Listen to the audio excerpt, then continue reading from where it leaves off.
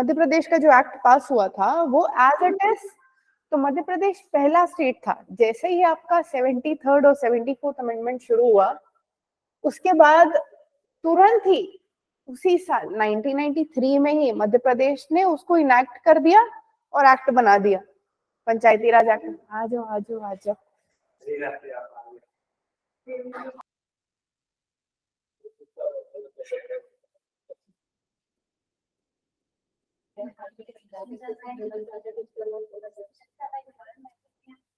इसको कोई खोलेंगे क्या, छत्तीसगढ़ पंचायत राज अधिनियम? मोबाइल से करिए एक बार।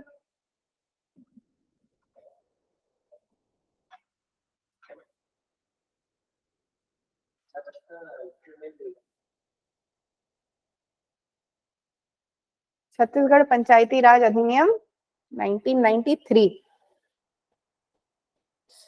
तो मध्य प्रदेश बना पहला राज्य, ठीक है।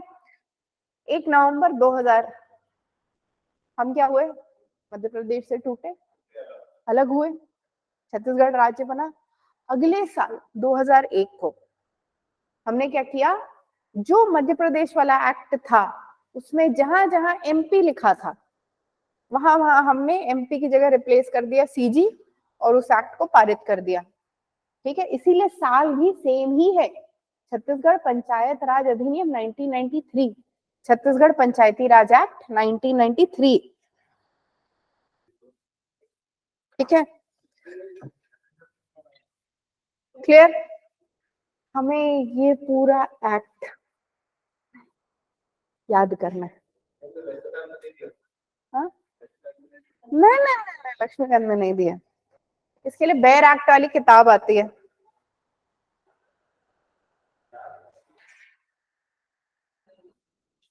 आइए आइए आइए।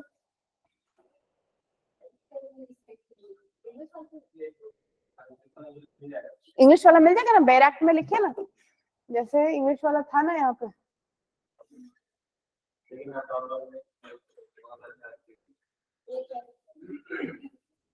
कहाँ गया? ये है ना इंग्लिश वाला बेयर एक्ट, लिखा भी है 24 जनवरी 1994 को पास हो गया, लागू हो गया, 25 जनवरी से लागू हो चुका है ये, ठीक है। कितने चैप्टर्स हैं? 15 चैप्टर्स। हर चैप्टर का नाम, कितने आर्टिकल्स हैं? 132 आर्टिकल है। कितने शेड्यूल है? 4 शेड्यूल है। इस एक्ट में कितने चैप्टर्स हैं? 15। आप लोग हिंदी वालों की जनसंख्या कम है, हिंदी खोलेंगे कि मैं हिंदी वाला खोलूं, क्योंकि दोनों एक साथ नहीं खुलेगा। चलिए ये इसको खोल लीजिए आप, बेयर एक्ट लिखिए, छत्तीसगढ़ पंचायती राज एक्ट, आगे बेयर एक्ट लिख दीजिएगा, तो बेयर एक्ट की वेबसाइट खुलेगी, इसमें खुल जाएगा। मैं हिंदी वाला खोल लेती हूँ।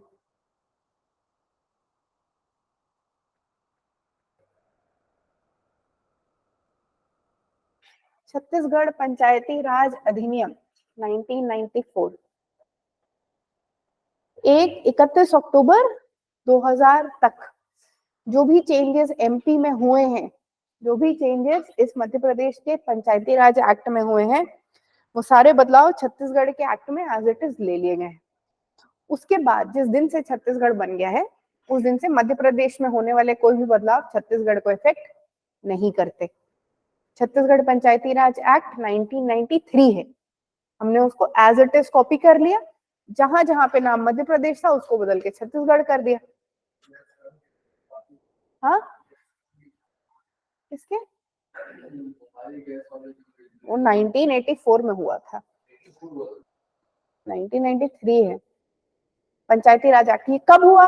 तो 73rd अमेंडमेंट आया ना, 73rd और 74th अमेंडमेंट 1992 वाला, उसके 1 साल बाद। तो मध्य प्रदेश पहला स्टेट था जिसने छत्तीसगढ़, जिसने पंचायती राज एक्ट को बनाया, फर्स्ट स्टेट, ठीक है, लॉ पास करने वाला पहला स्टेट बना, और छत्तीसगढ़ बना एमपी से। तो जो भी एमपी का लॉ था वो एज इट इज बन गया छत्तीसगढ़ का पंचायती राज कानून।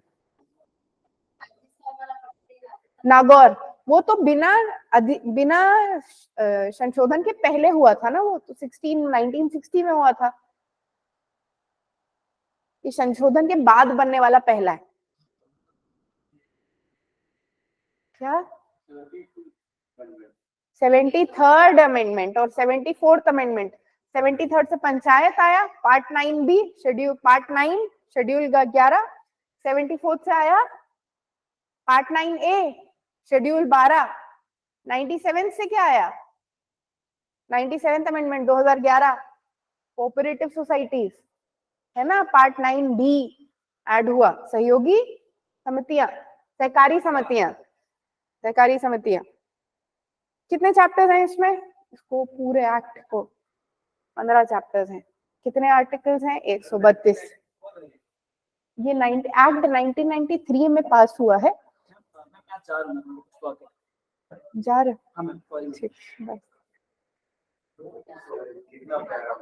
कितना प्यारा बच्चा।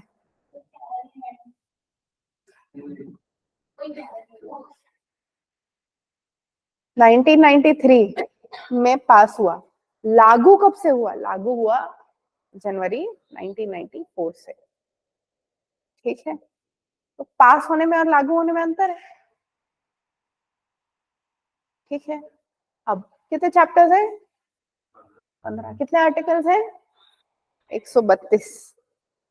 कितने शेड्यूल हैं, शेड्यूल मतलब अनुसूची कितनी है, 4। इस एक्ट में हमको एक एक चीज, चैप्टर 1 में, चैप्टर 1 प्रारंभिक है, इसको प्रिलिमिनरी भी बोलते हैं। खोल लिए, 15 चैप्टर्स हैं गिनती में ना, ऐसे देखा जाए तो 17 चैप्टर है, गिनती में 15 तक, आखिरी चैप्टर 15 है। देखते हैं इसको, आर्टिकल्स कितने हैं, 132 गिनती में, और सूचियां कितनी है, अनुसूची कितनी है, 4, शेड्यूल्स 4।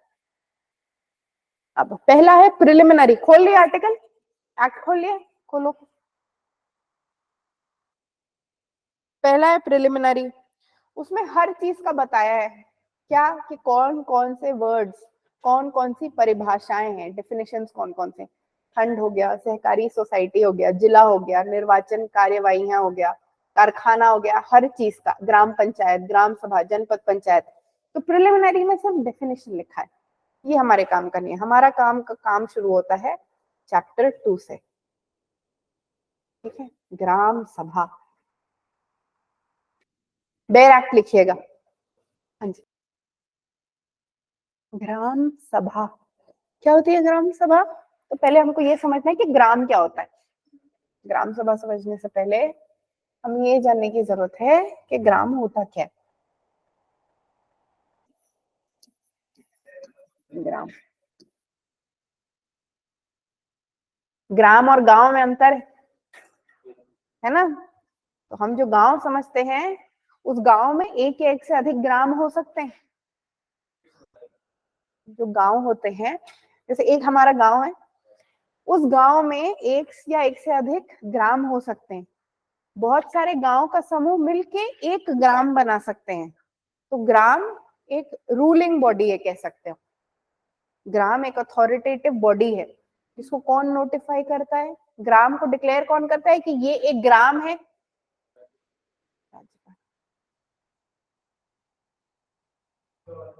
गवर्नर, इंग्लिश में गवर्नर।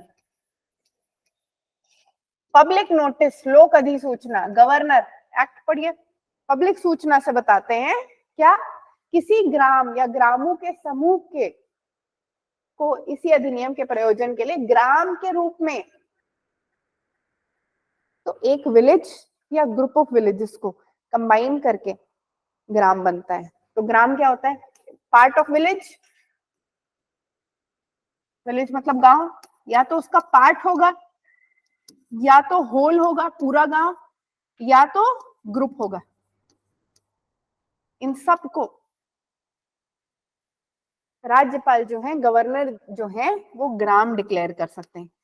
अब किस पे निर्भर करता है कि ये पूरा एक गांव है, या गांव का एक हिस्सा है, या फिर वो गांवों का समूह है, किस पे डिपेंड करता है, तो वो डिपेंड करता है जनसंख्या पे, पॉपुलेशन पे।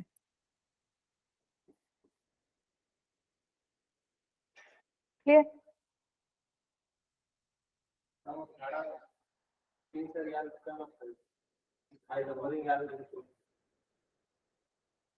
हमको पता है क्या क्या याद करना पड़ेगा। हम हर चैप्टर में कितने आर्टिकल्स हैं, कितनी धारा है, ये पता होना चाहिए। ठीक है, स्टार्टिंग में कुछ ऐसे आर्टिकल्स हैं जो जरूरी है, जैसे ग्राम, ग्राम पंचायत। अब ग्राम दो जगह के होते हैं, एक आम जगह और एक वो होता है जो अनुसूचित रीजन होता है ना, शेड्यूल्ड एरियाज, क्या बोलते हैं उसको, शेड्यूल्ड एरियाज। आरक्षित क्षेत्र कुछ होते हैं ना, रिजर्व्ड एरियाज। शेड्यूल्ड एरियाज को क्या बोलते हैं, अनुसूचित क्षेत्र ही बोलते हैं ना। तो कुछ ऐसे रीजन जहाँ पे ट्राइबल पॉपुलेशन ज्यादा है, वहाँ पे फॉरेस्ट एरिया ज्यादा है, वहां पे भी ग्राम अलग डिक्लेयर होता है, नॉर्मल ऑर्डिनरी ग्राम अलग डिक्लेयर होता है। दोनों का क्लासिफिकेशन गवर्नर करते हैं। अंतर क्या है, एक आम होगा जिसमें जंगल या फिर जनजातियां, ट्राइबल्स की पॉपुलेशन कम होगी। कहीं पे भी जहां पे ट्राइबल की पॉपुलेशन है, वो एरिया शेड्यूल्ड एरियाज डिक्लेयर हो जाते हैं। कौन डिक्लेयर करता है एरिया को शेड्यूल्ड एरिया, गवर्नर। तो स्टेट में रहने वाला हर इंसान, पूरे रीजन को गवर्नर क्लासिफाई कर सकते हैं अपनी इच्छा से कि शेड्यूल्ड रीजन है या नॉर्मल रीजन है। नॉर्मल रीजन में नॉर्मल ग्राम होगा, जिसे हम रेवेन्यू भी बोलते हैं, रेवेन्यू एरिया होगा, और जो बाकी रीजन होते हैं वो शेड्यूल्ड एरियाज होते हैं। ठीक है, शेड्यूल्ड एरियाज में पॉपुलेशन पे डिपेंड नहीं करता। यहाँ पे ग्राम जो होगा वो गांव का कोई पार्ट होगा या पूरा गांव होगा या ग्रुप ऑफ गांव होगा, ये डिपेंड करता है कि पॉपुलेशन कितनी है।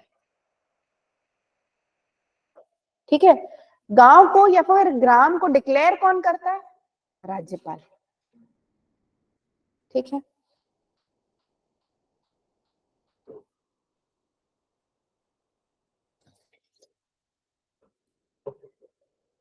ठीक। तो अध्याय 1 में जो आपका चैप्टर 1 था, उसमें कितने आर्टिकल्स थे, उसमें 2 आर्टिकल्स थे, आर्टिकल 1 और आर्टिकल 2। चैप्टर 2 में कितने आर्टिकल्स हैं, आर्टिकल 3 देख लिया, उसको लिख जाइए। चैप्टर 1 2 आर्टिकल्स, आर्टिकल 1 आर्टिकल 2, धारा 1 धारा 2।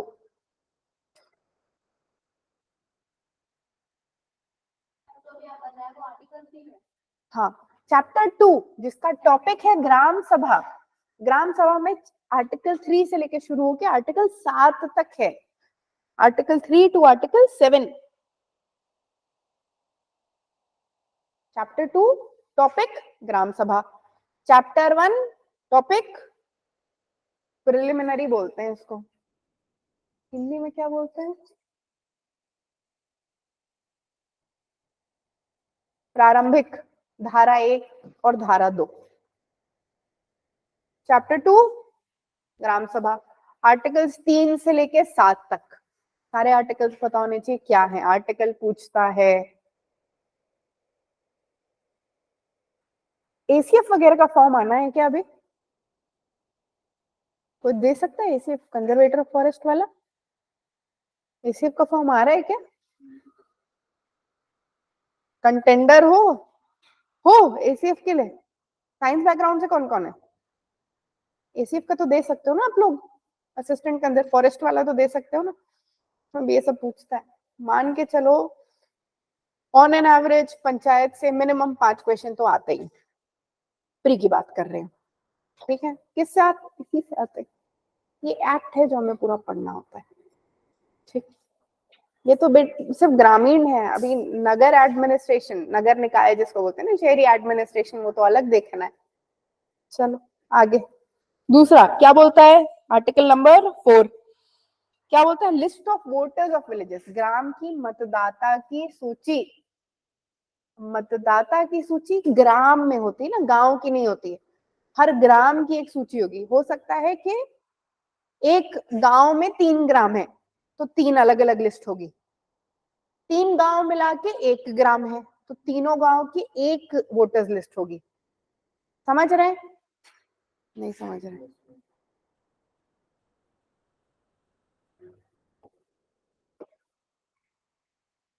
शक्ल में ऐसी खिल उठती है ना प्रश्न चिन्ह से कि क्या बताऊं, दिखता है जितना झूठ बोल लो। चलो, ग्राम और गांव में अंतर समझ में आया कि नहीं, ग्राम ये हमारा गांव है पूरा, एक गांव है जिसे हम गांव बोलते हैं। मान लेते हैं रायपुर गांव है ये, ठीक। अब इस रायपुर गांव की जो भी जनसंख्या है, उस जनसंख्या के आधार पे हम ग्राम सुनिश्चित करते हैं। कौन डिक्लेयर करेगा? राज्यपाल। तो राज्यपाल ने रायपुर को 4 ग्राम में बांट दिया। गांव कौन सा? गांव रायपुर है, पर उस गांव में कितने ग्राम हुए? 4 ग्राम हुए। ये हो गया ग्राम 1, ग्राम 2, ग्राम 3, ग्राम 4। पूरे गांव की सूची नहीं बनती, सूची मतलब इलेक्टोरल रोल, वो लिस्ट जिसमें हर अडल्ट मेंबर का नाम होगा, किसकी बनेगी? ग्राम की। तो इसकी एक लिस्ट अलग बनेगी, इसकी एक लिस्ट अलग बनेगी, इसकी एक लिस्ट अलग बनेगी, इसकी एक लिस्ट अलग बनेगी। और लिस्ट में किन का नाम होगा? लिस्ट में पहले हर उस इंसान का नाम होगा जिसका नाम विधानसभा की इलेक्टोरल रोल में जिसका नाम है, उसका नाम ग्राम सभा की इलेक्टोरल लिस्ट में होगा। तो पहले आपको किस लिस्ट में आना पड़ेगा? विधानसभा की। विधानसभा चुनाव के इलेक्टोरल रोल में जिसका नाम होगा, सिर्फ उसका ही ग्राम की इलेक्टोरल लिस्ट में उसका नाम होगा। समझ में आया? नहीं समझ में आया? पक्का? ठीक है। ऐसा भी हो सकता है कि ये एक गांव है, ये एक गांव है, पॉपुलेशन दोनों की कम है, तो दोनों को मिला के गवर्नमेंट या गवर्नर एक ग्राम डिक्लेयर कर दे। पॉसिबल है? हाँ, दोनों की सूची एक होगी। अब एक ग्राम की एक सूची। अब जब मीटिंग होगी ना दोनों की, तो दोनों आके यहाँ मिलेंगे मीटिंग में। जब ग्राम पंचायत ग्राम सभा की मीटिंग होगी, दोनों यहाँ मिलेंगे। नहीं समझ आया? पक्का? कोई परेशानी नहीं, राज्यपाल के ऊपर है। और राज्यपाल किस पे देखेंगे? पॉपुलेशन में, जनसंख्या को देखेंगे। हर 100 लोगों का एक ग्राम होता है। अब वो 100 लोग चाहे इतने बड़े एरिया में आ जाए, चाहे इतने इतने एरिया में आ जाए, हर 100 लोगों का एक ग्राम होता है। क्लियर? और ग्राम की इलेक्टोरल लिस्ट में आने से पहले आपको विधानसभा की इलेक्टोरल लिस्ट में आना पड़ता है। अच्छा, क्यों? अच्छा, नेटवर्क इश्यू। ठीक, क्लियर? क्लियर? ठीक है। ग्राम की, गांव के अंदर ग्राम आ सकता है, बहुत सारे गांव मिला के ग्राम बन सकता है। डिपेंड करता है 100 जनसंख्या कितने में हो रही है, 100 लोग का ग्रुप कितने में बन रहा है। 100 लोगों का ग्रुप चाहे इतने एरिया में बने, चाहे इतने एरिया में बने,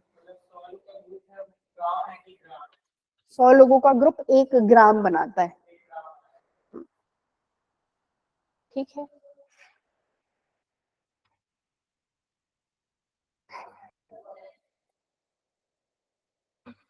कुछ दिक्कत है? पूछिए।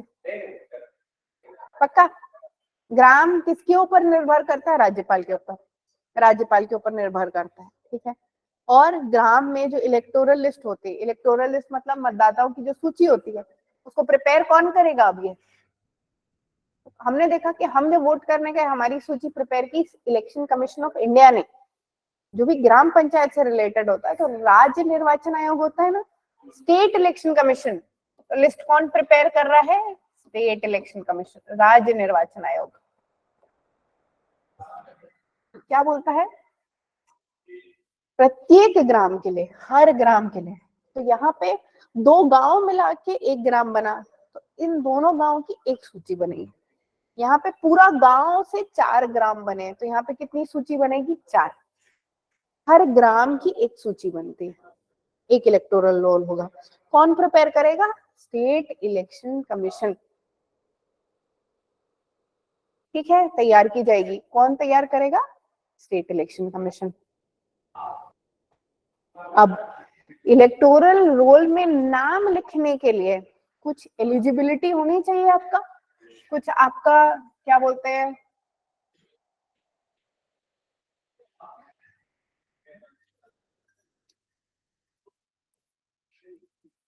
कोई एलिजिबिलिटी होनी चाहिए। तो उस एलिजिबिलिटी के लिए लिखा है क्या?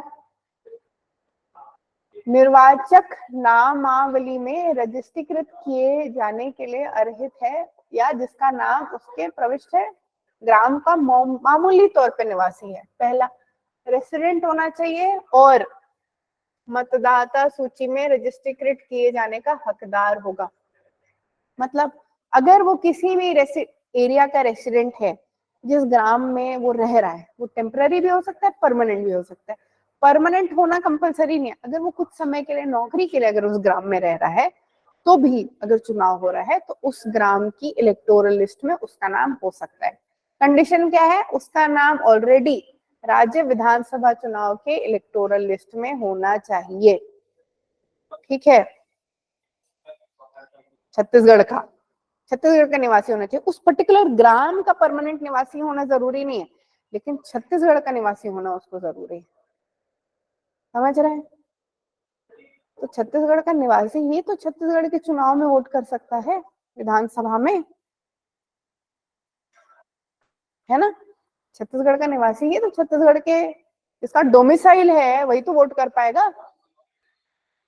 हाँ, लेकिन इंटरनल कोई रिजिडिटी नहीं है कि आप रहते किसी और गांव में हो, आपका पक्का मकान कहीं और बना, यहाँ आप नौकरी के लिए आए हो इस गांव में, तो भी अगर इस गांव में आपका वोटर लिस्ट में नाम ऐड हो सकता है। लेकिन एक कंडीशन है, दोनों जगह नाम हुआ, एक से ज्यादा जगह अगर नाम हुआ तो आपका वोटर लिस्ट से नाम कट जाएगा, कैंसिल हो जाएगा। ठीक है, क्लियर है इतना? एक से अधिक ग्राम की मतदाता सूची में रजिस्ट्रीकृत किए जाने का हकदार नहीं होगा। एक ग्राम मतलब एक ग्राम, तुमको अगर अपने जहाँ पे तुम्हारा पक्का मकान है तुमको वहीं जाके अगर वोट करना है तो तुम वहीं नाम लिखवा लो, कोई दिक्कत नहीं। पर दो जगह नाम नहीं हो सकता आपका। आजकल तो आधार से लिंक कर दिए ना, क्या दिक्कत हो गया आपको? पक्का? नहीं नहीं, बोलिए। आंखें बनानी शुरू कर दी है आपने, नए नक्शे बनाने शुरू कर दिए।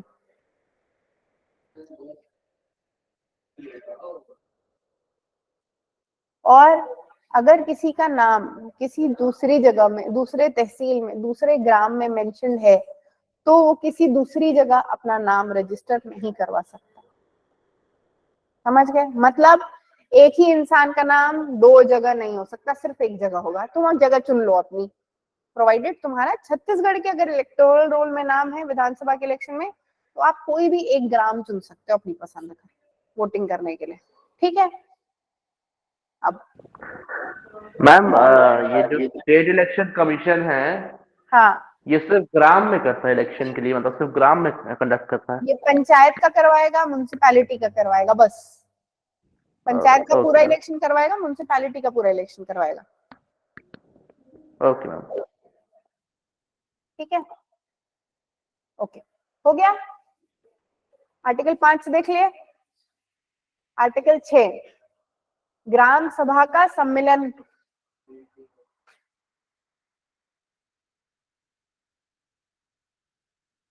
क्या बोलता है? मीटिंग ऑफ ग्राम सभा। कल मैंने बताया था ना, मिनिमम ग्राम सभा को कितनी बार मिलना होता है? 4 बार। मतलब हर 3 महीने में उनकी एक मीटिंग होनी चाहिए, वही लिखा है। ग्राम सभा का प्रत्येक 3 मास में कम से कम एक सम्मेलन किया जाएगा। एक मीटिंग पर 3 मंथ्स मिनिमम होना चाहिए, उनको मिलना है।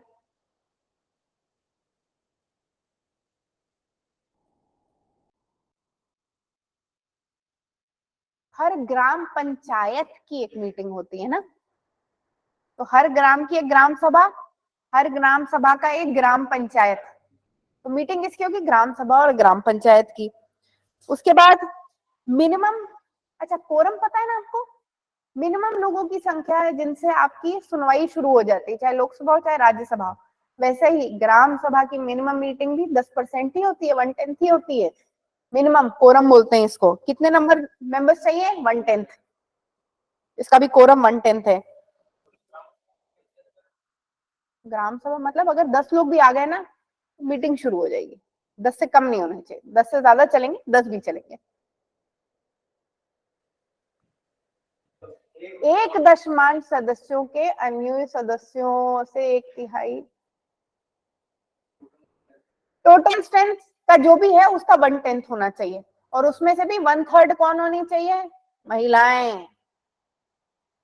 वैसे 2000 शायद 1993 के बाद जो अमेंडमेंट आया उसमें छत्तीसगढ़ में महिलाओं के लिए जो आरक्षण है ना वो 50% बढ़ा दिया गया है। ठीक है, छत्तीसगढ़ में 50% रिजर्वेशन है विमेन के लिए पंचायत में। ठीक है, तो जितने पंच बनेंगे उन पंचों में आधी महिलाएं होंगे। ठीक,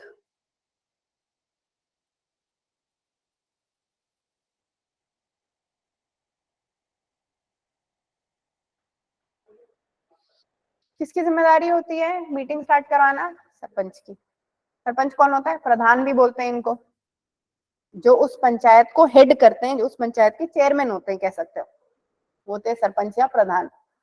ठीक है, सरपंच का यह उत्तरदायित्व होगा कि वह अधिनियम के अधीन विनिर्दिष्ट नियमित अंतरालों पर ग्राम सभा का सम्मेलन बुलाए तथा उसके ऐसे करने में असफल रहने पर वह सरपंच का पद धारण करने के लिए निर्हित हो जाएगा, एलिजिबल नहीं रहेंगे। ठीक है, अगर मीटिंग नहीं करवा पा रहे हैं तो you are not eligible to be sarpanch anymore. ठीक है, नेक्स्ट धारा 7, ग्राम सभा की शक्तियां एवं कृत्य तथा उसका वार्षिक सम्मेलन। Powers and functions of gram सभा।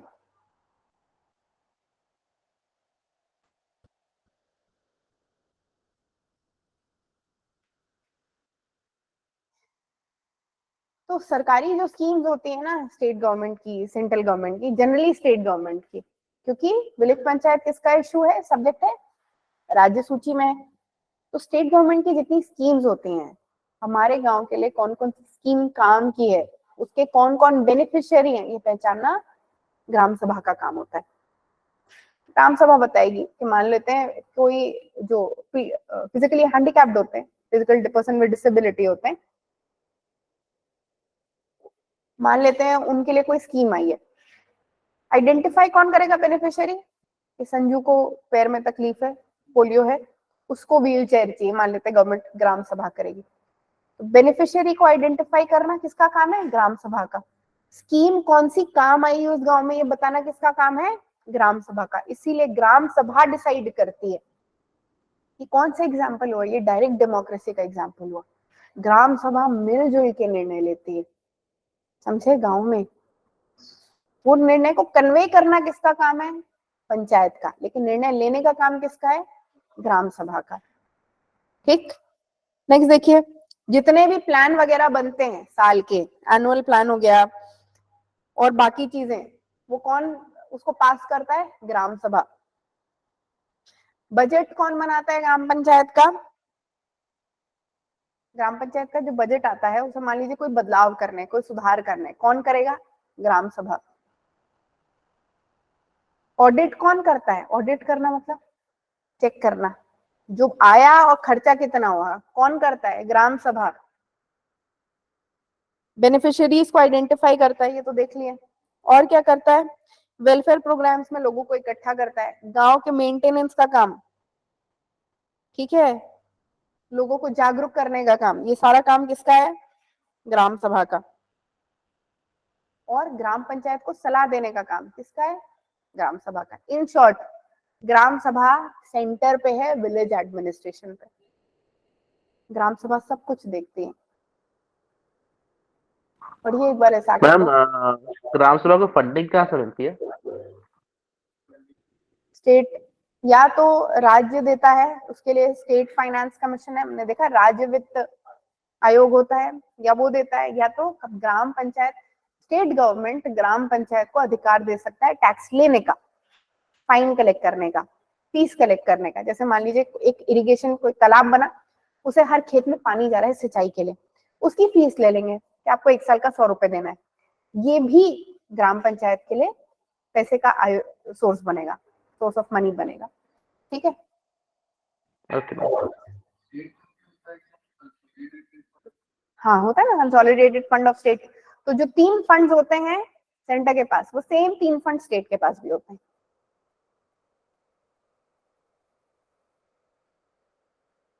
और जो विलेज रिसोर्सेस हैं उसकी देखरेख करना, उसका मेंटेनेंस करना, उसका रिपेयर करना किसका काम है? ग्राम सभा का। रिसोर्स कहाँ से मंगाएगा? ग्राम पंचायत से, या फिर ग्राम पंचायत के पास कहाँ से आएगा? जिला परिषद से आएगा उसके पास। उसका देख रेख करना, ऑडिट करना किसकी जिम्मेदारी है? ग्राम सभा की। तो आर्टिकल 3 बात करता है ग्राम क्या है, ये बात करता है। आर्टिकल 4 बात करता है लोगों की लिस्ट का, वोटर्स लिस्ट की बात करता है। आर्टिकल 5 बात करता है वोटर्स लिस्ट में कौन आ सकता है, इसकी बात करता है। आर्टिकल 6 बात करता है इनकी मीटिंग की, और आर्टिकल 7 बात करता है इनके पावर्स की। क्लियर? आर्टिकल 7 बात करता है इनके पावर्स की। बर्थ, डेथ, सारे रजिस्ट्रेशन, मैरिज किसकी हो रही है, डिवोर्स किसका हो रहा है, जन्म किसकी हो रही है, मृत्यु किसकी हो रही है, ये सारी लिस्ट ग्राम सभा।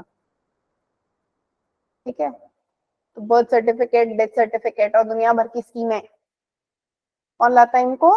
ग्राम सभा।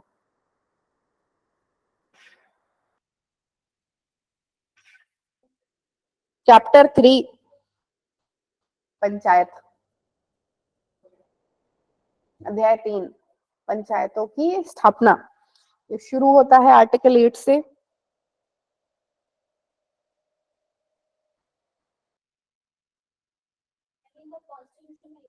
ना ना ना ना ना, ये पंचायत का एक्ट है, उस एक्ट में लिखा है। तो हमने पंचायती राज एक्ट 1993 वाला है ना, उसमें ये सब चीजें लिखी हैं। और ये एक्ट बनाने का पावर कहां से मिला स्टेट को? कॉन्स्टिट्यूशन से। ठीक है? 73rd अमेंडमेंट ने पावर दे दिया कि चलो अपना अपना पंचायत बना लो अपने अपने हिसाब का। उसमें देखा ना, कुछ कंपलसरी फंक्शन होते हैं, कुछ वॉलंटरी होते हैं। तो पंचायत का गठन कंपलसरी है, ग्राम सभा होना कंपलसरी है, ग्राम डिक्लेयर करना कंपलसरी है। आप उनको पैसे दो, ताकत दो, दो नहीं दो, ये वॉलंटरी है, स्टेट के ऊपर डिपेंड करता है, अपना अपना रूल स्टैब्लिश करता है। इसीलिए हर स्टेट का अपना पंचायती राज एक्ट है। इसकी शुरुआत होती है आर्टिकल 8 से लेके आर्टिकल 41 तक। क्या है? चैप्टर 3, आर्टिकल 8 से लेके आर्टिकल 41 तक।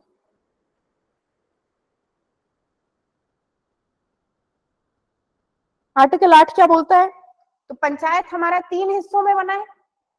रूरल लेवल पे ग्राम पंचायत, तहसील लेवल पे या ब्लॉक लेवल पे हम बोलते हैं इसको जनपद पंचायत। ब्लॉक के लिए हम इसको जनपद बोलते हैं, कुछ इंटरमीडिएट बोलते हैं, कुछ ब्लॉक बोलते हैं, कुछ तहसील बोलते हैं। हम क्या बोलते हैं? जनपद। ठीक है? और उसके ऊपर होता है जिला पंचायत। कुछ परिषद बोलते हैं, कुछ पंचायत बोलते हैं। हम क्या बोलते हैं? पंचायत। तो हमारी जिला पंचायत होती है।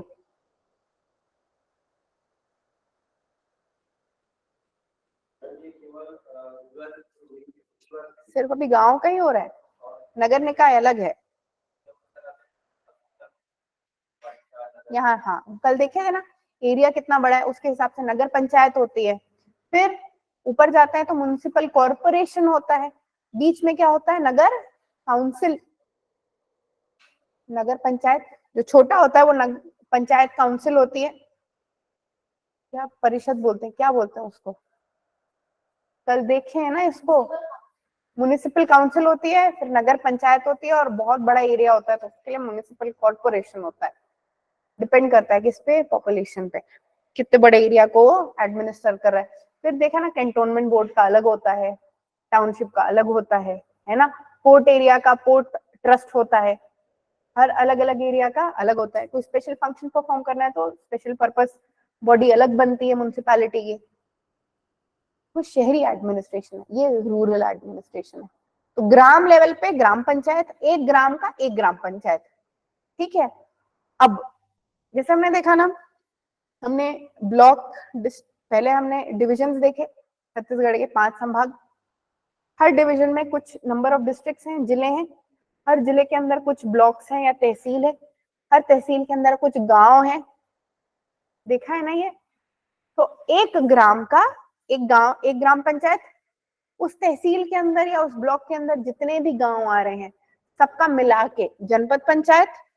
और जितने भी ब्लॉक्स आ रहे हैं एक डिस्ट्रिक्ट के अंदर, सबका मिला के डिस्ट्रिक्ट पंचायत, तो ये 3 लेवल पे ये स्ट्रक्चर बनता है।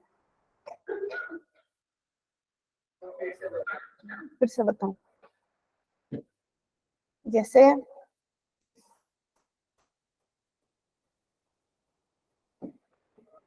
ये रायपुर है, ये रायपुर है मान लेते हैं पूरा, ये एक डिस्ट्रिक्ट हो गया हमारा। इसको हमने कुछ हिस्सों में बांट दिया। कितने हिस्सों में बांट दिया? 1 2 3।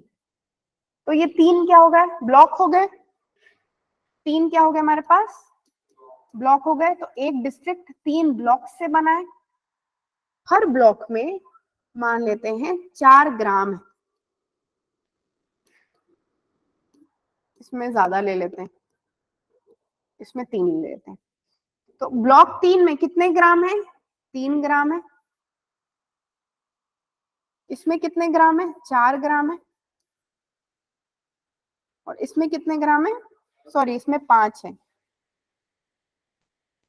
इसमें 5 ग्राम है और इसमें कितने ग्राम है? 4 ग्राम है। हर ग्राम पे एक पंचायत।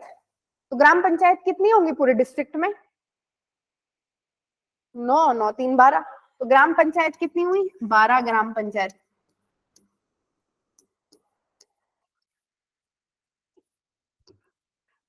जिसमें एक में 3 है, एक में 4 है और एक में 5 है। कितनी जनपद पंचायत होंगी? जनपद पंचायत कितनी होंगी? कितने ब्लॉक्स हैं? जनपद पंचायत कितनी होगी? 3। तो हमारे पास है 3 जनपद।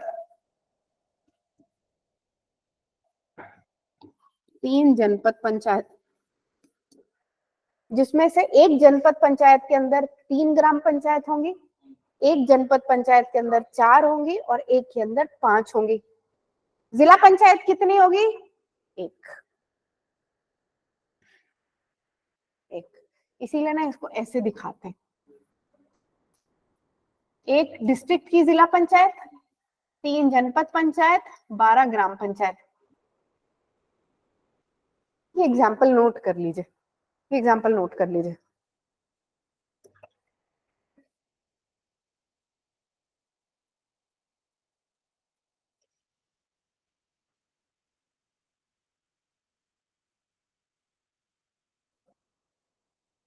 ऐसे हर डिस्ट्रिक्ट का विभाजन है ना? तो हर डिस्ट्रिक्ट पे लेवल पे एक जिला पंचायत होगी, हर डिस्ट्रिक्ट कुछ तहसीलों में बटा होगा, ब्लॉक्स में बटा होगा, उसकी उतनी नंबर ऑफ जनपद पंचायत होगी। हर जनपद के अंदर बहुत सारे गांव होंगे और उतने ही सारे ग्राम पंचायत होंगे। ठीक है मैम, जिला पंचायत और डिस्ट्रिक्ट कोर्ट में फर्क होगा? क्या? जिला पंचायत और डिस्ट्रिक्ट कोर्ट में फर्क होगा? बेटा एक जुडिशरी है, ये एडमिनिस्ट्रेटिव बॉडी है। हाँ, लेकिन पंचायत भी तो वही काम करती है ना, लीगल पंचायत मैटर्स वगैरह। नहीं, वो न्याय पंचायत है, वो अलग है। पंचायत का काम लीगल मैटर्स देखना नहीं है। पंचायत ये चुनाव होके जाती है। तो ये आप कह सकते हो गांव के लेवल पे छोटी विधानसभा है, ग्रामीण विधानसभा है, इसीलिए ग्रामीण पंचायत बोलते हैं। कोर्ट अलग होता है। Okay, yes ma'am.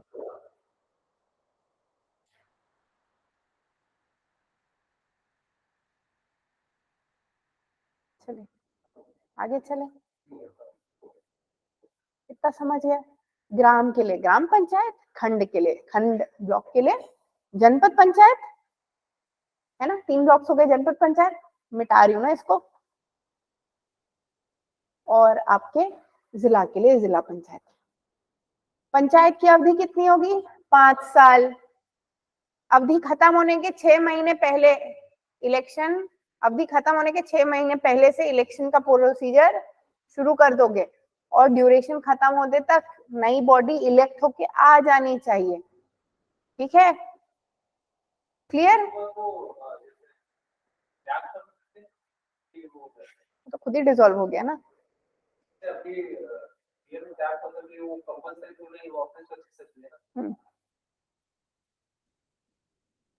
आई क्विट काहे का quit, you have been officially removed, electoral mandate आ गया ना, ठीक है। तो गवर्नमेंट तो जा रही है, हाँ एग्जीक्यूटिव देता है, क्यों? क्योंकि जब आपकी विधानसभा डिसॉल्व हो चुकी है तब भी राज्यपाल बिना काउंसिल ऑफ मिनिस्टर्स के नहीं रह सकते। राज्यपाल के लिए काउंसिल ऑफ मिनिस्टर्स का होना जरूरी है, मैंडेटरी है। तो अब नए काउंसिल ऑफ मिनिस्टर्स आ रहे हैं ना, तो जाने वाले रिजाइन करके जा रहे हैं, तो एक फॉर्मेलिटी है वो, क्लियर। अब देखिए पंचायत की अवधि कितनी होती है, 5 साल। अगर ऐसा हुआ है कि 3 साल एक पंचायत चली, उसके सारे मेंबर्स रिजाइन कर दिए, तो जो नई इलेक्ट होकर पंचायत आएगी ना, तो उसका चुनाव 6 महीने के अंतराल के अंदर हो जाना चाहिए, पहली बात ये। दूसरी बात ये, जो नई पंचायत आएगी, जो नई ग्राम पंचायत चुन के आएगी, वो ग्राम पंचायत अब कितना बचा, 1.5 साल बचा ना, वो सिर्फ 1.5 साल के लिए रहेगी। ऐसा नहीं बोल सकते कि वो आने वाले 5 साल रहेगी, ऐसा नहीं होगा, क्लियर। तो ये ड्यूरेशन देख लिया हम। आर्टिकल 10 क्या बात करता है, ग्राम पंचायत, जनपद पंचायत और जिला पंचायत की स्थापना।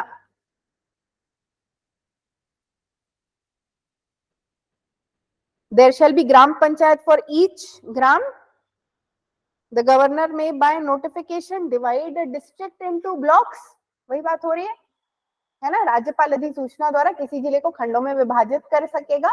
अधिसूचना के प्रत्येक ऐसे खंड का नाम, उसका मुख्यालय, समाविष्ट क्षेत्र विनिर्दिष्ट किया जाएगा। प्रत्येक खंड के लिए जनपद पंचायत होगी जो उस खंड के नाम से जानी जाएगी,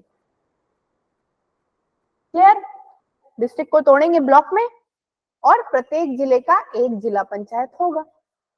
तो नोटिफाई कौन करता है, डिस्ट्रिक्ट का नोटिफिकेशन राज्यपाल करते हैं, ब्लॉक का नोटिफिकेशन राज्यपाल करते हैं, ग्राम का नोटिफिकेशन राज्यपाल करते हैं, तो पंचायत का नोटिफिकेशन राज्यपाल करते हैं।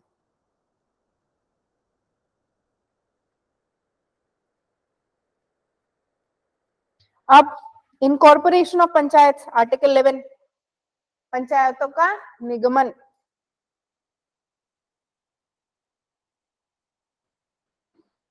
तो डिस्ट्रिक्ट पंचायत उस डिस्ट्रिक्ट के नाम से जानी जाएगी, जिला पंचायत, ब्लॉक पंचायत ब्लॉक के नाम से जानी जाएगी, ग्राम पंचायत उस गांव के नाम से जानी जाएगी, क्लियर है। बस यही लिखा है इसमें। अब आर्टिकल 12 जरूरी बात, ग्राम पंचायतों का वार्डों में विभाजन, ये भी बात हम कर चुके हैं, है ना। हर गांव, हर ग्राम छोटे छोटे एरियाज में डिवाइड होता है। आपके घर के सामने वो एरिया भी वार्ड में डिवाइडेड है, पता है? किस वार्ड में रहते हो आप? हाँ, वार्ड 13 में। आप? गांव का 8 है। नहीं, यहाँ पे भी region is divided into ward, ठीक है। क्या लिख,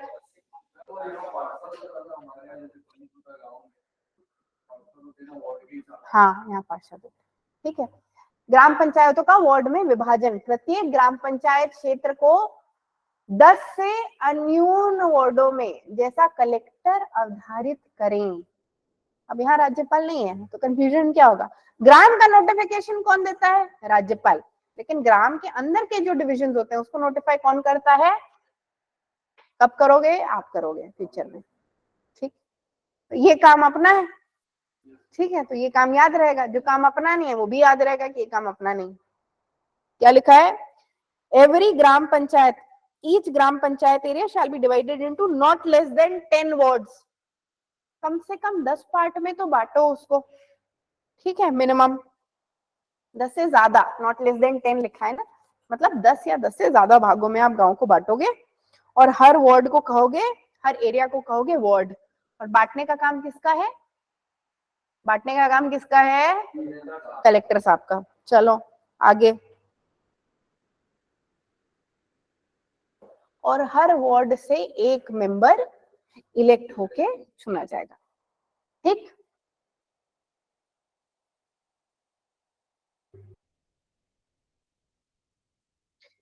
कोई भी ग्राम पंचायत जिसकी जनसंख्या 1000 से ज्यादा है, जैसे अगर ग्राम पंचायत जिसकी जनसंख्या 1000 से ज्यादा है, उसमें आपको ये देखना है कि उसमें टोटल नंबर ऑफ वार्ड्स की संख्या 20 से ज्यादा नहीं होनी चाहिए, लिखा है ना।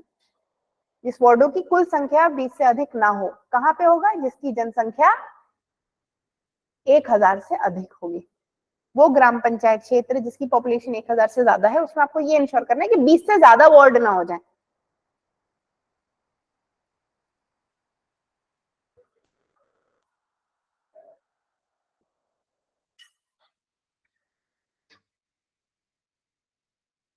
ठीक।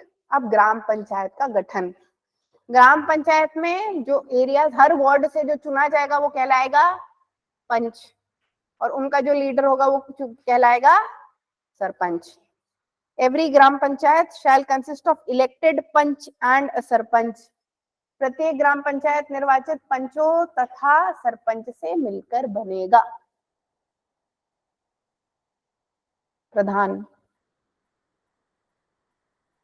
प्रधान बोलते हैं ना गांव में, प्रधान। पंच हर वार्ड से जो चुना गया वो पंच कहलाएगा, जो उनका लीडर हुआ वो सरपंच कहलाएगा, प्रधान कहलाएगा। हाँ, ठीक ठीक। आगे,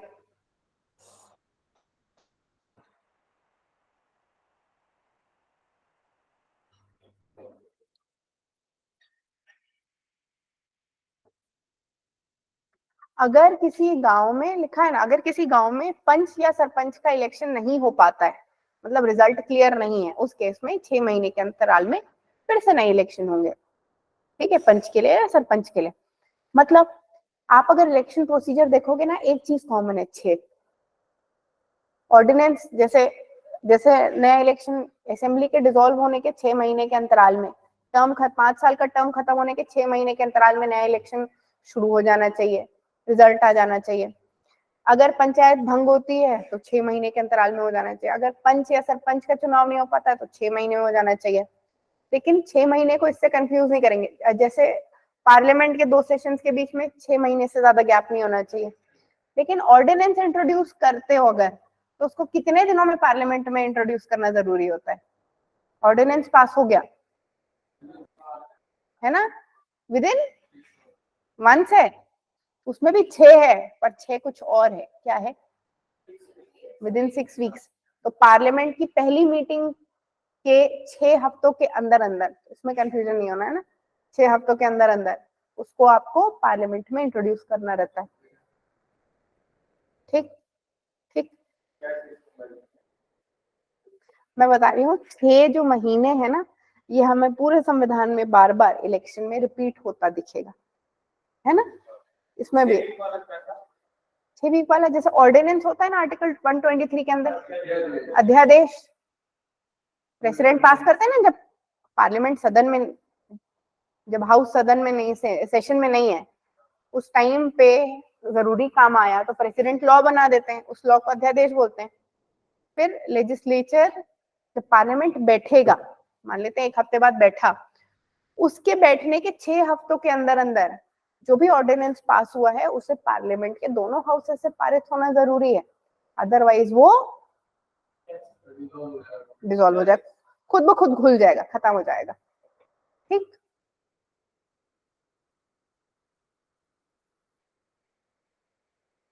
कॉन्स्टिट्यूशन ऑफ पंचायत, पंच होंगे, सरपंच होंगे, ठीक है।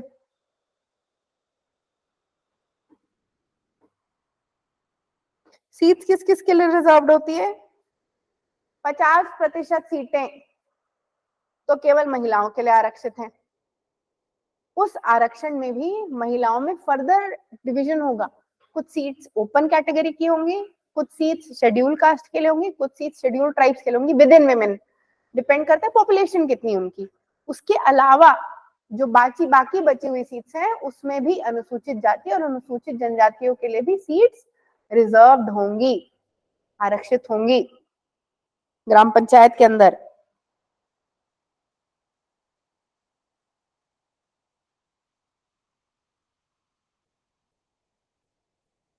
क्लियर है?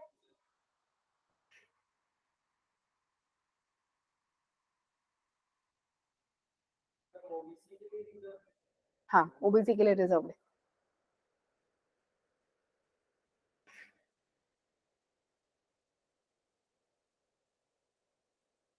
अच्छा, एक पंच एक से ज्यादा वार्ड नहीं होल्ड कर सकता ना, एक छोड़ना पड़ेगा उसको।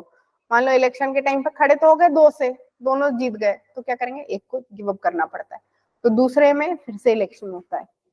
ठीक,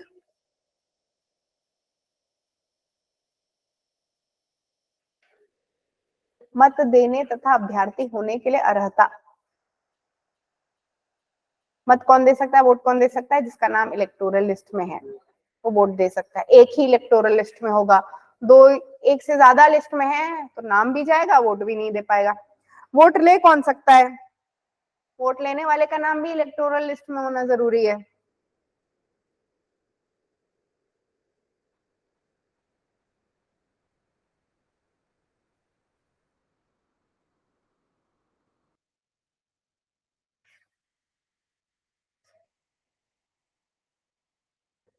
क्या हुआ, हो गया।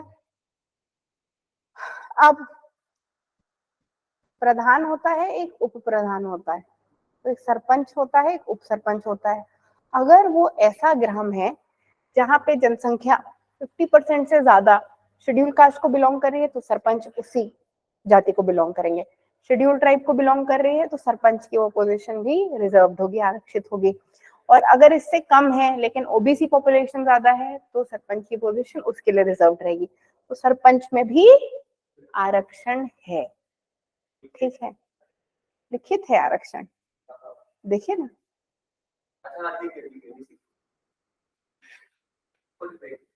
ठीक है, ठीक है ना, यहाँ पे है ना, उतनी संख्या में स्थान आरक्षित रखे जाएंगे। ठीक है, आरक्षण है इसमें भी। ठीक,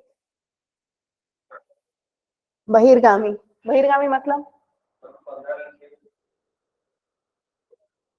क्या, प्रोहिबिशन ऑफ साइमल्टेनियस मेंबरशिप। अरे वही बोलता है, एक से ज्यादा कॉन्स्टिट्यूएंसी में नाम नहीं होना चाहिए, ये तो बात कर चुके ना, इसकी बात कर चुके ना, एक से ज्यादा जगह नाम है, एक से ज्यादा जगह जीत गए।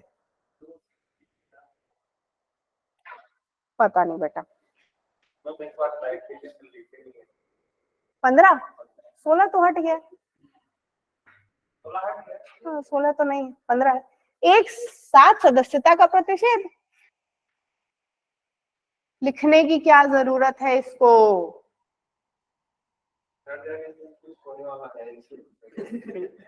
अब आपने कैसे पता मतलब पीडीएफ में कॉपी दिख रही है, यही कॉपी देख रहा हूँ मैं, कंटेंट लाइक पीडीएफ टू करो फिर से डालो फिर करो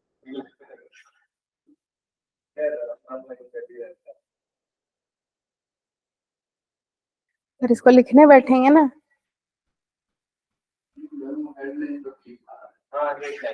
हाँ, टाइटल उससे ज्यादा नहीं देखना है हमको, क्योंकि वैसे भी 132 सूचियां, 132 आर्टिकल्स का याद रखना है।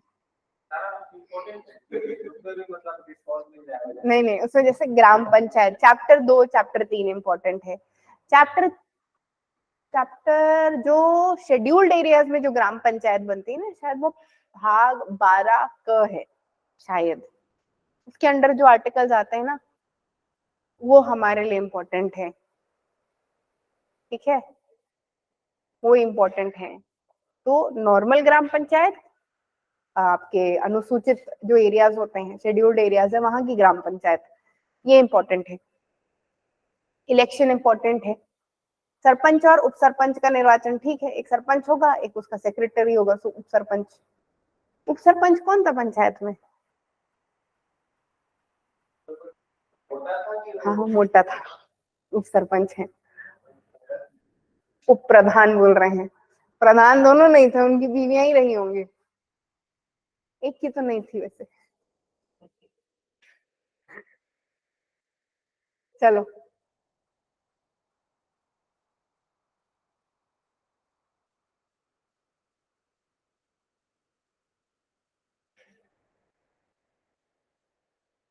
वही है, जाने वाला जो आने वाला है उसको कार्य सौंप के जाएगा, बस यही बात हो रही है इसमें। क्या, जाने वाला आने वाले को कार्य सौंप के जाएगा। बहिर्गामी सरपंच द्वारा कार्यभार का सौंपा जाना, बस। प्रथम सम्मेलन और पदावधि,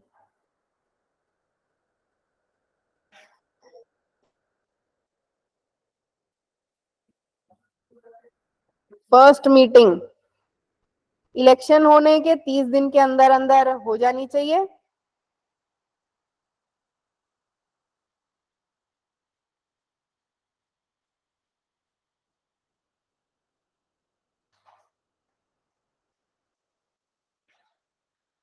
इलेक्शन होने के 30 दिन के अंदर पहली मीटिंग हो जानी चाहिए, बस इतनी बात याद रखनी है हमें। क्या बोला है? इनके अगेंस्ट भी अविश्वास प्रस्ताव पारित होता है, कब होगा? अब इसमें भी वार्ड नंबर देखें, कितने वार्ड मेंबर में 50% से ज्यादा जिसके पास है सीट्स हैं, वो वाली पार्टी क्या बनाएगी? सरपंच बना लेगी, प्रधान उनका होगा। अगर इनके अगेंस्ट अविश्वास प्रस्ताव, नो कॉन्फिडेंस मोशन पास होता है तो नए सरपंच का चुनाव होगा, और उनका चुनाव जो बची हुई अवधि है केवल उसके लिए होगा, ठीक है? नई पंचायत का गठन होगा।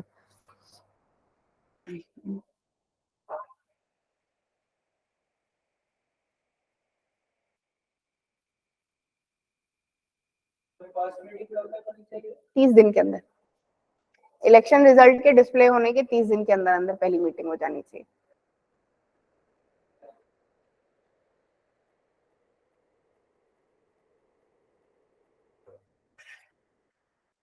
तो जब बीच में नो कॉन्फिडेंस मोशन होता है और बीच में इलेक्शन होता है, उस इलेक्शन को क्या बोलते हैं? क्या बोलते हैं उसको? जो सिर्फ एक सीट या वैकेंसी फुलफिल करने के लिए होता है, बाई इलेक्शन बोलते हैं। तो यहाँ पे सरपंच का क्या होगा? By election. पता नहीं मेरे को, आप हिंदी में आप जानेंगे। By election, BYE-ELECTION।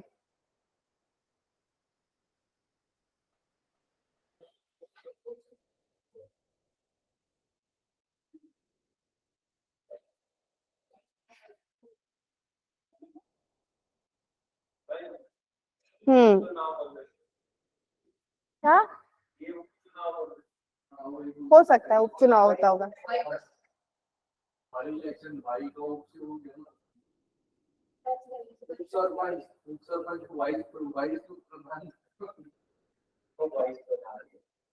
उप सरपंच, वाइस प्रधान, ठीक। अब जनपद पे आते हैं, जनपद पंचायत कौन डिक्लेयर करता है? जनपद। वार्ड कौन डिक्लेयर करता है? कलेक्टर। जनपद कौन डिक्लेयर करता है? राज्यपाल। डिस्ट्रिक्ट कौन डिक्लेयर करता है? राज्यपाल। ब्लॉक कौन डिक्लेयर करता है? राज्यपाल। ग्राम कौन डिक्लेयर करता है? राज्यपाल। राज्यपाल ग्राम पंचायत के आगे जाना तो पीछे चले गए। जनपद पंचायत की संरचना, अरे छोड़िए उसको, फालतू है, जब काम का नहीं। जनपद पंचायत,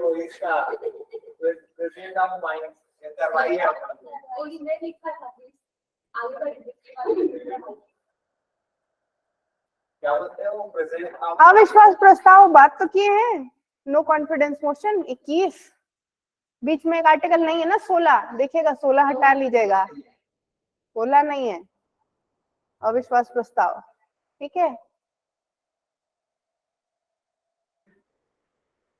22 जनपद पंचायत की संरचना, तो 21 तक ग्राम पंचायत रिलेटेड हर चीज मेंशन है। अब आता है जनपद पंचायत, इसको करने में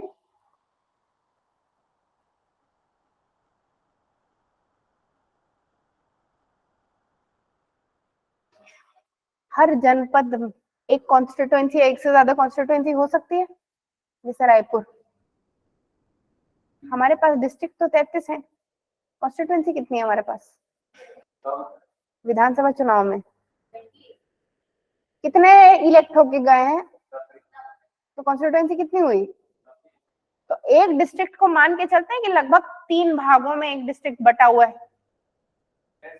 कह सकते हैं 2, 2.5, 3, डिपेंड करेगा, कहीं की 2, कहीं की 4, ऐसे बटा हुआ है।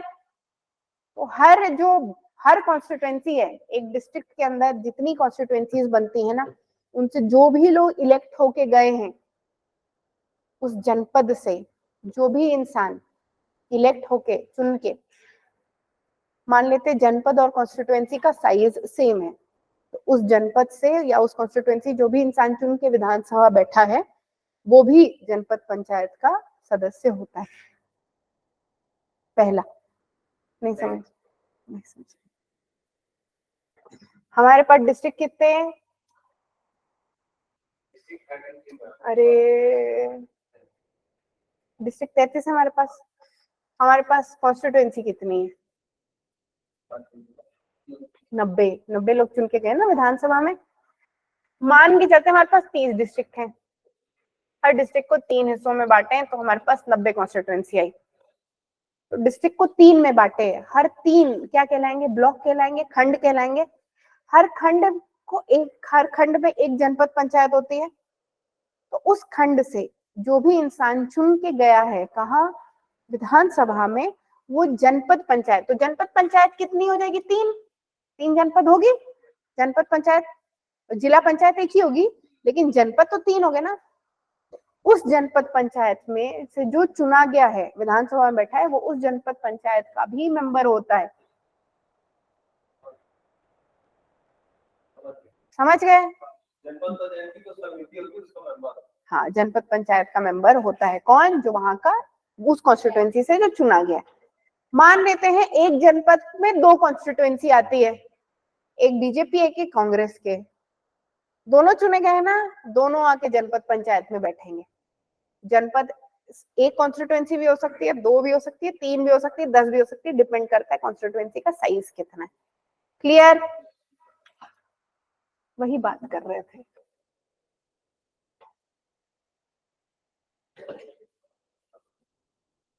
कहाँ गए हम? जनपद पंचायत की संरचना। ठीक है, निर्वाचन क्षेत्रों से निर्वाचित सदस्य।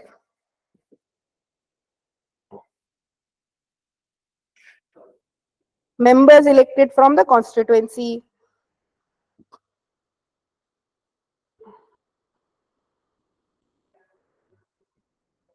अब वो जनपद, वो कॉन्स्टिट्यूएंसी, उस जनपद में थोड़ी सी भी अगर कहीं उसका चांद जैसा टुकड़ा थोड़ा सा भी लग रहा होगा ना, तो भी उस कॉन्स्टिट्यूएंसी से जो जीता है बनाना ही पड़ेगा। ये एक जनपद है कि एक कॉन्स्टिट्यूएंसी बनती है, ये दूसरी कॉन्स्टिट्यूएंसी बनती है, ये तीसरी बन रही है, ये चौथी बन रही है। अब इस जनपद में इलेक्टेड मेंबर्स, तो इस जनपद में कोई भी एक नहीं इलेक्ट होके गया, इस जनपद के कुछ कुछ हिस्सों से 4 लोग गए, और ये चारों किसी न किसी दूसरे जनपद में भी होंगे। तो ये हर जनपद पंचायत का हिस्सा बनेंगे। ये वाला बंदा इसका भी बनेगा, इसका भी बनेगा, ये इसका भी बनेगा, इसका भी बनेगा, ये इसका भी, इसका भी, ये इसका भी, इसका भी। हाँ, तो ठीक है।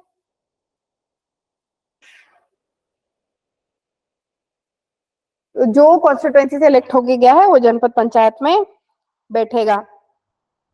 और क्या होता है, जनपद पंचायत में जितने सरपंच हैं, अब जितने जनपद के अंदर गांव होंगे, ग्राम पंचायत होंगे, हर ग्राम पंचायत का सरपंच, तो जितने भी गांव हैं उसका 1/5 सरपंच 1 साल के लिए जाके उस जनपद में बैठेंगे।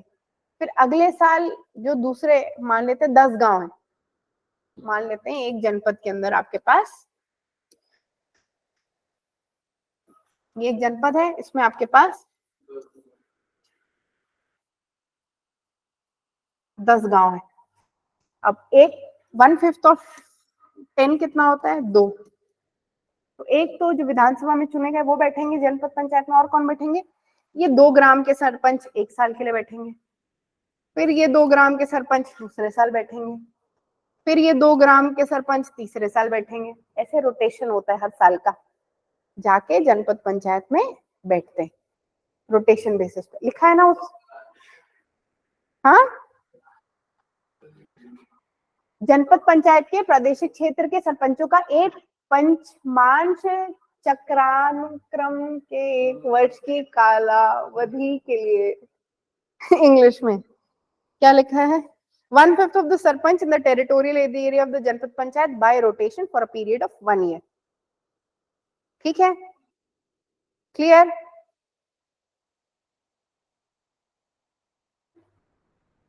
अब खंड का निर्वाचन क्षेत्रों में विभाजन, ठीक, division of block into constituencies.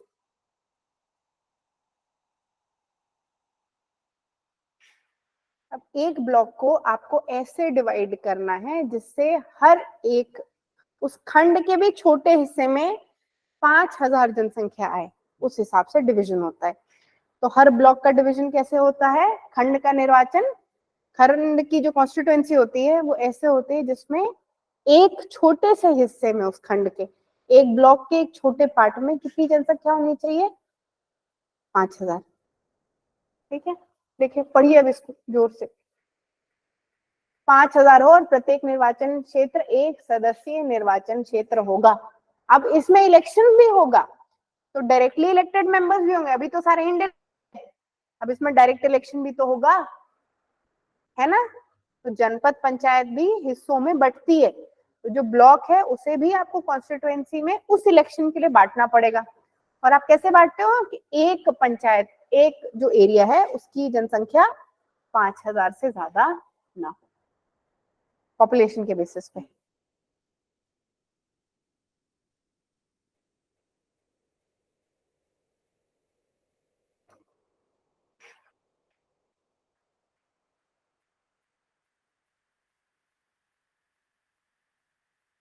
और जैसे ग्राम में था ना कि हर गांव कम से कम 10 वार्ड में डिवाइड होगा, वैसे ही हर जनपद भी कम से कम 10 कॉन्स्टिट्यूएंसीज में डिवाइड होगा।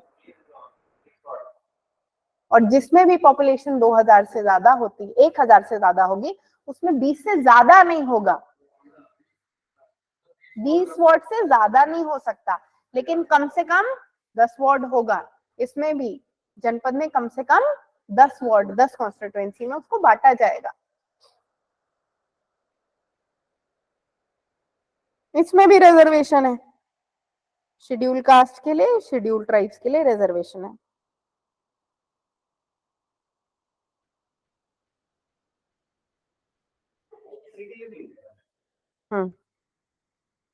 हर लेवल पे रिजर्वेशन है।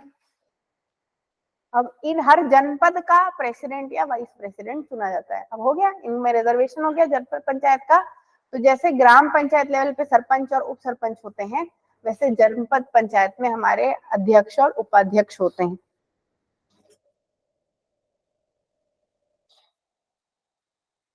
इनका चुनाव कौन करता है? जैसे सरपंच का चुनाव कौन करते हैं? पंच करते हैं। वैसे इनका चुनाव कौन करेगा? जनपद से जो मेंबर्स चुन के गए हैं हर कॉन्स्टिट्यूएंसी से, वो किसका चुनाव करेंगे? प्रेसिडेंट का और वाइस प्रेसिडेंट का।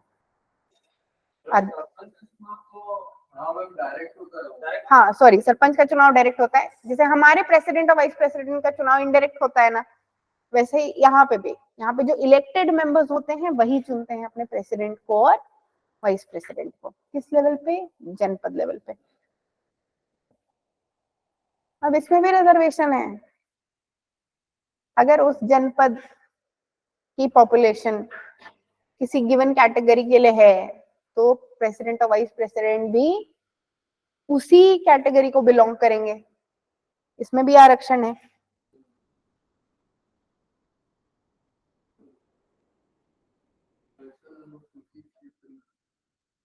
शेड्यूल्ड एरियाज अगर हैं तो वो ट्राइबल का ही, एसटी का ही होंगे। अगर शेड्यूल्ड एरिया में आ गए तो, नॉर्मल है तो नॉर्मल भी आ सकते हैं, शेड्यूल कास्ट है तो शेड्यूल कास्ट वाले आएंगे। वही है, एक बार चुनाव हो गया तो सबकी लिस्ट आ गई ना। लिस्ट सीजी की भी तो लिस्ट आ गई ना, विधानसभा में कौन किस पार्टी से चुना गया, फोटो के साथ लिस्ट आ गई ना। वैसे इनको भी लिस्ट प्रकाशित करनी पड़ती है, नाम की लिस्ट और कौन प्रेसिडेंट बना, कौन वाइस प्रेसिडेंट बना, पूरी लिस्ट सूची करेंगे। इलेक्शन की लिस्ट लाने के 30 दिन के अंदर अंदर इनको भी अपनी पहली मीटिंग करनी होती है। वैसे ही ये प्रोसीजर जैसे ग्राम पंचायत का है। और इनके अगेंस्ट भी नो कॉन्फिडेंस, अविश्वास क्या प्रस्ताव होता है। अगर पारित हो गया तो प्रथम ठीक है यार, फर्स्ट मीटिंग इनके अगेंस्ट ही अविश्वास प्रस्ताव पारित हो सकता है। ठीक है, अब जिला पंचायत पे आते हैं, सेम है इसका भी। धारा 28 आर्टिकल 28 कर तो लिए। 27 पहली मीटिंग है और 26 नाम का, वो जो नाम देते हैं ना, लिस्ट देते हैं नाम की, ये चुने गए और ये हमारे प्रेसिडेंट है, वाइस प्रेसिडेंट है, वो लिस्ट सूची 26 है। 27 हो गया पहली मीटिंग।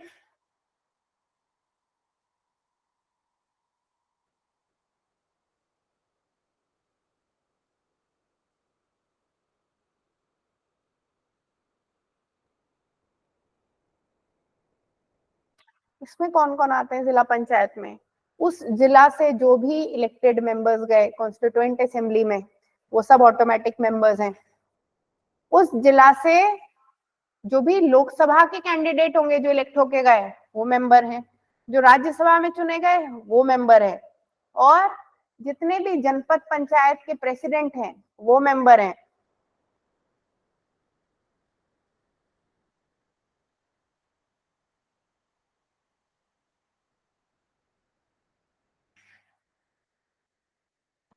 ठीक है,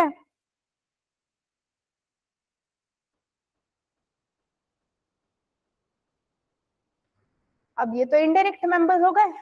अब यहाँ पे भी डिस्ट्रिक्ट को भी बांटा जाएगा कॉन्स्टिट्यूएंसीज में। ठीक है, उसमें 5,000 था, अब इसमें 50,000 है।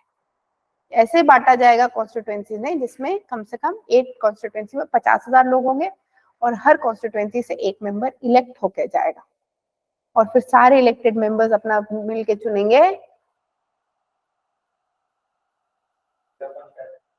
जिला पंचायत के अंदर, वो मिलके चुनेंगे अपना प्रेसिडेंट।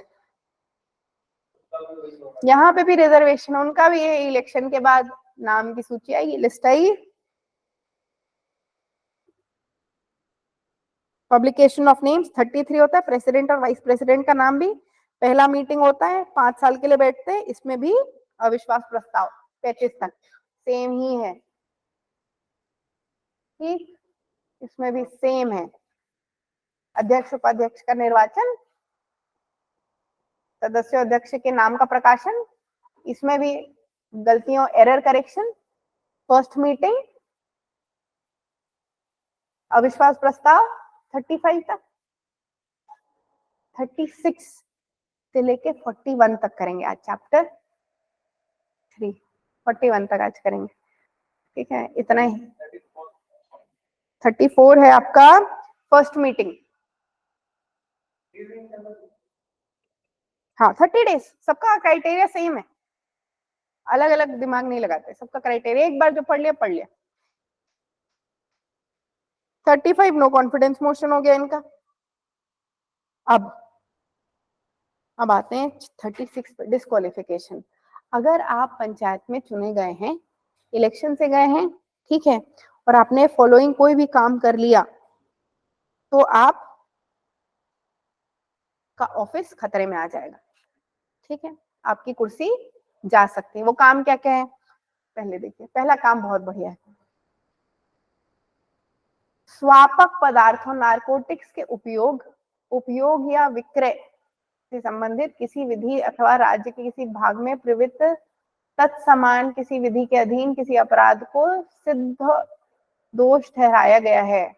मतलब या तो नारकोटिक्स या ड्रग्स जो बैंड है उसको कंज्यूम करते पाए गए या बांटते पाए गए, तो पदार्थों का सेवन और उसका वितरण नहीं करना है। अगर करते पाए गए और दोषी करार थे गए तो भैया कुर्सी हटा पाए। नशीले पदार्थ, ठीक है। दूसरा क्या लिखा है?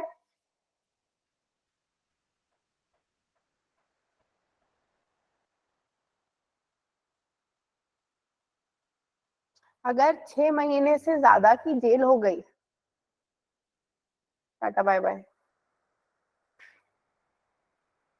और जिसका दिमाग गड़बड़ आ गया, अनसाउंड माइंड, विकृत वित्त का है, ठीक है, और जो दिवालिया हो चुका है, ठीक है, ऑफिस ऑफ प्रॉफिट, क्या लाभ का पद धारण किया हुआ है, गया, ठीक है।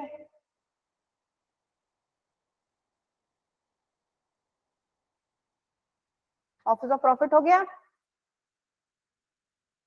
अगर किसी संयुक्त स्टॉक कंपनी में उसका अंश है, ठीक है, तो भी ऑफिस ऑफ प्रॉफिट हो गया। बेसिकली ऑफिस ऑफ प्रॉफिट है। अगर ऑफिस ऑफ प्रॉफिट का पार्ट है तो गया, टाटा बाय बाय। पंचायत का इलेक्शन होल्ड, पंचायत में पोजीशन होल्ड नहीं कर पाएगा।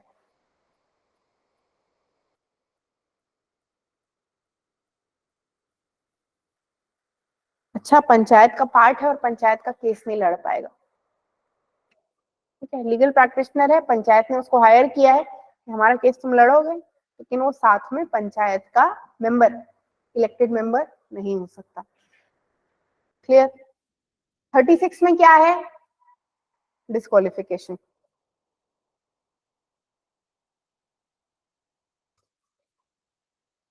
थर्टी सेवन में क्या है, रेजिग्नेशन कैसे देते हैं ये।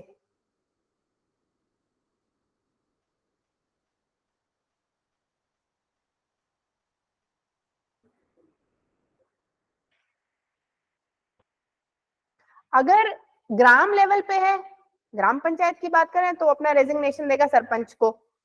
अगर जनपद लेवल पे है तो रेजिग्नेशन देगा प्रेसिडेंट को। अगर जिला लेवल पे है तो रेजिग्नेशन देगा प्रेसिडेंट को। वैकेंसीज अगर आती है तो 6 महीने के अंतराल में उसका बाई इलेक्शन हो जाना चाहिए, उपचुनाव, ठीक है।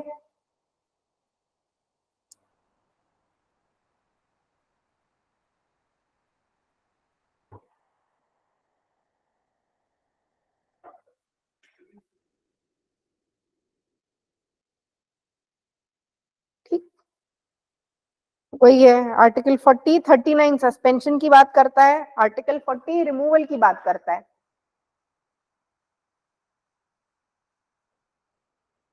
पंचायत के या पदाधिकारी का निलंबन, तो देखो भारतीय दंड संहिता, आईपीसी, इंडियन पीनल कोड 1860 के अंदर अगर फॉलोइंग क्राइम्स आपने किए हैं, याद रखने की जरूरत नहीं, आईपीसी 1860 के अंदर अगर आपने ये सारे क्राइम किए तो आपको सस्पेंड कर देंगे, ठीक है।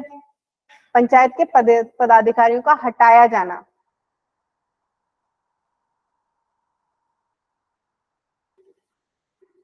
अगर वो किसी क्राइम के लिए दोषी है तो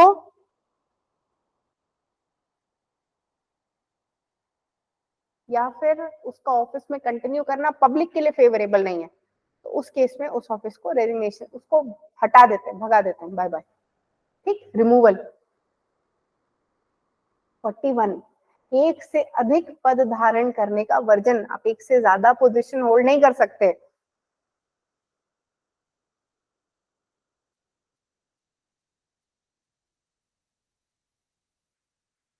या तो आप जिला पंचायत के मेंबर हो सकते हो, इलेक्टेड की बात कर रहे हैं ना, इनडायरेक्टली इलेक्टेड की बात नहीं कर रहे, इलेक्टेड की बात करते हैं। या तो जिला पंचायत में इलेक्ट होके आओगे, या तो ग्राम पंचायत में इलेक्ट होके आओगे, या तो जनपद पंचायत में इलेक्ट होके आओगे, ठीक है। इलेक्टेड मेंबर्स की बात कर रहे हैं ना, इलेक्टेड मेंबर्स, तो जहां से आप चुने गए हो आप एक ही जगह से चुने जाओगे।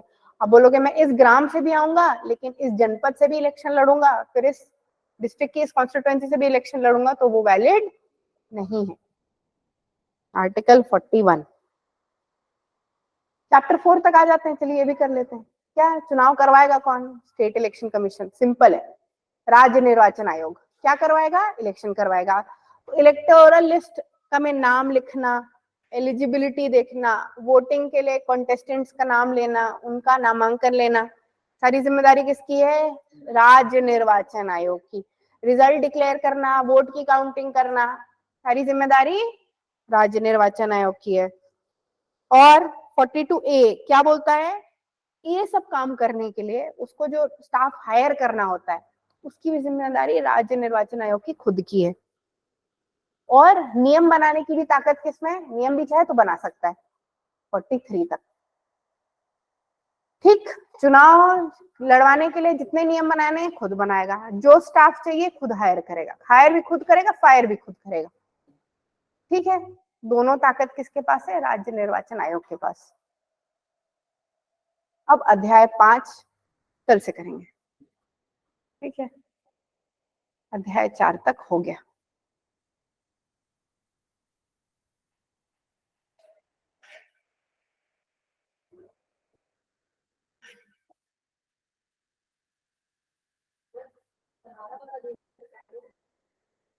है अधिनियम एक्ट होता है,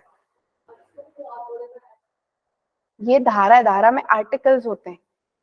धारा मतलब आर्टिकल, एक एक जो पॉइंट लिखा है वो आर्टिकल होगा, और जो पूरे एक पूरा एक्ट है उसको हम अधिनियम बोलते हैं।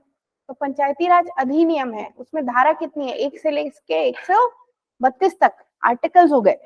तो अधिनियम हो गया एक्ट आपका, वो पूरा लॉ है। हर लॉ के अंदर कुछ आर्टिकल्स होते हैं, कुछ चैप्टर्स होते हैं, चैप्टर को भाग बोलते हैं। शेड्यूल होते हैं, शेड्यूल को हम क्या बोलते हैं? अनुसूची बोलते हैं ना, शेड्यूल को अनुसूची बोलते हैं ना जीतू भैया? अनुसूची बोलते हैं। ठीक,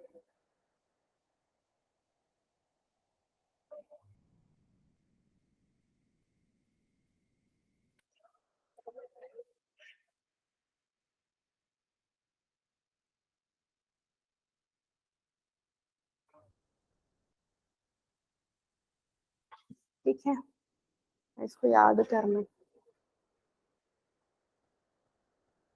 क्या हो गया? बरोबर तुम्ही क्लास के बाद गुपचुप खाने तो गुपचुप खाने में अपराध नहीं है, गुपचुप खाना चाहिए, आदमी को खुश रखता है, प्रसन्न रखता है।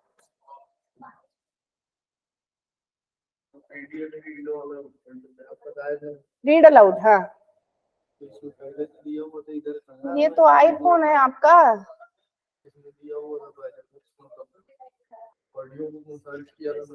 नो ऑडियो बुक्स, आप ऐड कर सकते हो ना इसमें, तो ऐड कर लो पीडीएफ डाउनलोड करके। हाँ, ये चला लेता है, आईपैड में है ना मेरे पास, चल जाता है उसमें। चल जाता है।